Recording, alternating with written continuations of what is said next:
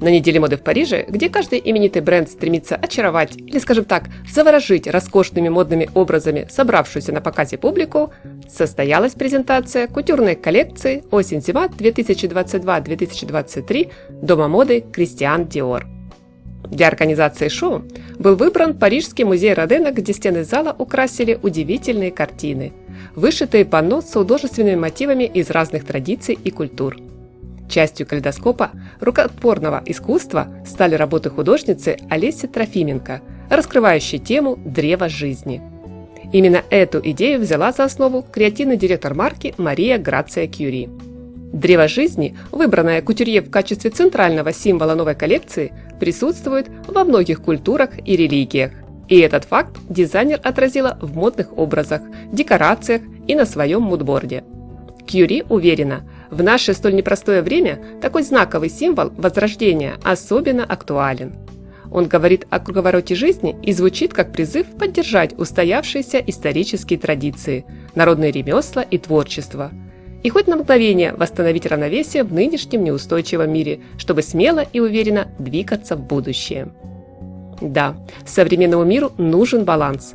Пока одна часть людей сходит с ума по метавселенным, цифровому искусству и создает собственные аватары, другие ищут смысл жизни в живом общении, ценности ручной работы. И именно ко второй группе как раз и относится Мария Грация Кюри. Кутюрная мода в исполнении дизайнера получилась не кричащей, а очень выдержанной, с элементами нежной романтики и разумной роскоши. На протяжении всего показа виртуозно сохраняется тонкая грань между скромностью и изысканностью, между всем понятной простотой и чем-то богемно высоким. Древо жизни талантливые мастера дома Диор воплотили в модных ансамблях в виде искусной вышивки и кружевного плетения. Ветви, листья, цветы украсили юбки и укороченные жакеты, блузы и пальто, рукава и подолы платьев. Нашлось место в коллекции и для сдержанных монохромных нарядов, а также присутствует неизменная клетка. Силуэты скромные, с длинными юбками и минимум обнаженной кожи. На ногах у девушек благопристойные викторианские ботинки на шнуровке. И подано это все так изящно, деликатно и с минимальным количеством украшений, среди которых я отмечу аккуратные кольца с жемчужинами, резные браслеты и моносерьги. Цветовая палитра коллекции наполнена светлыми натуральными оттенками хлопка и льна, приправлена теплым горчичным, зеленым и красным, приглушенным пурпурным и синим, в том числе традиционными для Диор серым и черным. Мудрость и красота, гармония нежных чувств и кроткий нрав, уважение к прошлому и открытый взгляд в будущее. Такой запомнилась зрителям главная героиня новой кутюрной коллекции.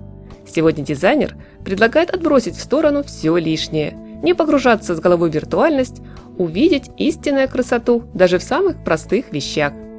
Кюри предлагает отказаться от напыщенной кутюрной театральности в пользу более земного, но не менее удивительного, талантливого швейного мастерства. Я уверена, в новой модной линейке, друзья, вы заметите немало интересных деталей, мнения которых всем зрителям наверняка будет интересно узнать из ваших комментариев под этим видео. Скажу большое спасибо за поставленный лайк и подписку на мой канал. Приятного просмотра, хорошего дня, всем красоты, синего мирного неба и обязательно только светлого, солнечного настроения.